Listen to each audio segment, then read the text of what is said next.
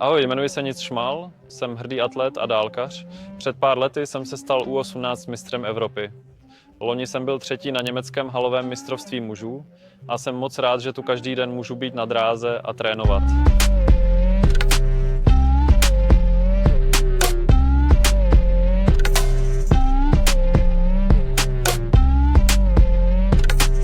Recovery prášek je pro mě nezbytnou součástí tréninku. Máme v týdnu mnoho tvrdých tréninků, ať už silový, sprintový nebo skok do dálky.